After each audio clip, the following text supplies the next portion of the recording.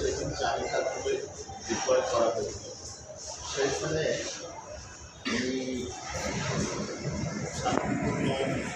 ছাত্র জনতা যারা আন্দোলনে আন্দোলন তাদের গুলি করছে এবং ঠান্ডা মাথায় গুলি করার পর তারা যদি আবার মারামারি করে মাথায় হাত দিয়ে খুব একটা ভাব ভঙ্গি দিয়ে আবার গুলি করেছে এবং সাতজন গ্রেপ্তার করেছেন এবং তার যে পোস্টার ছিল তাদের দেখা যাচ্ছে পার্সোনালি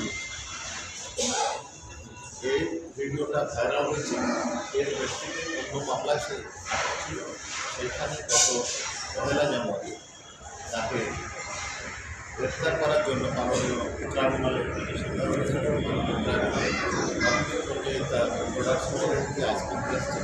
আজকে ডিটেনশনে বাতিল দিয়েছেন। পরবর্তী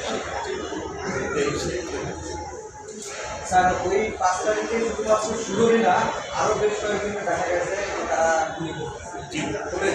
বিষয়ে আমাদের বক্তব্য হচ্ছে আমার পাশে সাহেব আছেন, উনি বলবেন। সেটা হচ্ছে যে আমরা বাকিদেরকে আইডেন্টিফাই করার চেষ্টা করছি, ভিডিওটা আমাদের কাছে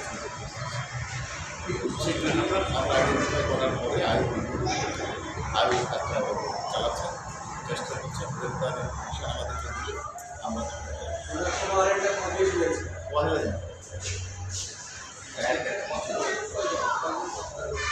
এই বিষয়টি ভিডিওটি আপনারা দেখেছেন,